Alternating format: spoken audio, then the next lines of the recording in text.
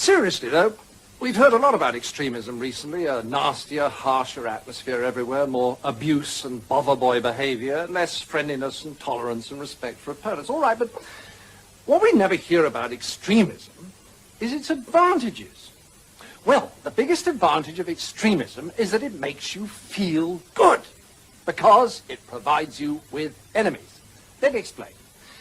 The great thing about having enemies is that you can pretend that all the badness in the whole world is in your enemies and all the goodness in the whole world is in you. Attractive, isn't it? So, if you have a lot of anger and resentment in you anyway, and you therefore enjoy abusing people, then you can pretend that you're only doing it because these enemies of yours are such very bad persons. And that if it wasn't for them, you'd actually be good-natured and courteous and rational all the time.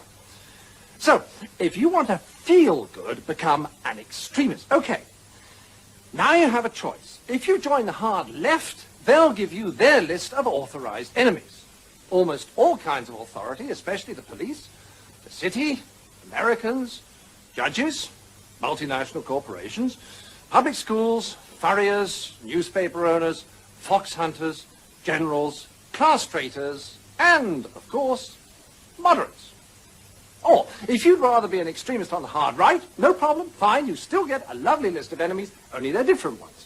Noisy minority groups, unions, Russia, weirdos, demonstrators, welfare sponges, meddlesome clergy, peaceniks, the BBC, strikers, social workers, communists, and, of course, moderates. And upstart actors. Now, once you're armed with one of these super lists of enemies, you can be as nasty as you like and yet feel your behaviors morally justified. So you can strut around abusing people and telling them you could eat them for breakfast and still think of yourself as a champion of the truth, a fighter for the greater good, and not the rather sad paranoid schizoid that you really are.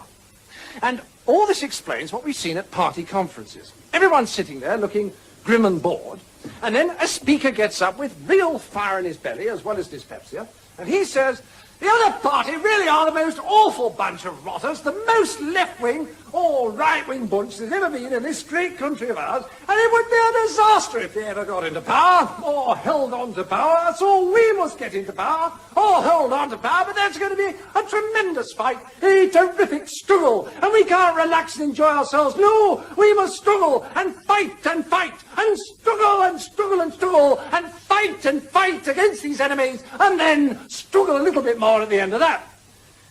And then the speaker goes and sits down, and there's a lovely warm glow throughout the hall, as if they'd all had tea and crumpets, and everyone looks relaxed and happy and simply radiant with goodwill. Although, if the speaker had said, "We must all have lots of fun and be nice to each other and cooperate in solving problems," they'd probably have lynched him, or deselected him, or taken all his directorships away. Because attacking our enemies always makes us feel good and excited.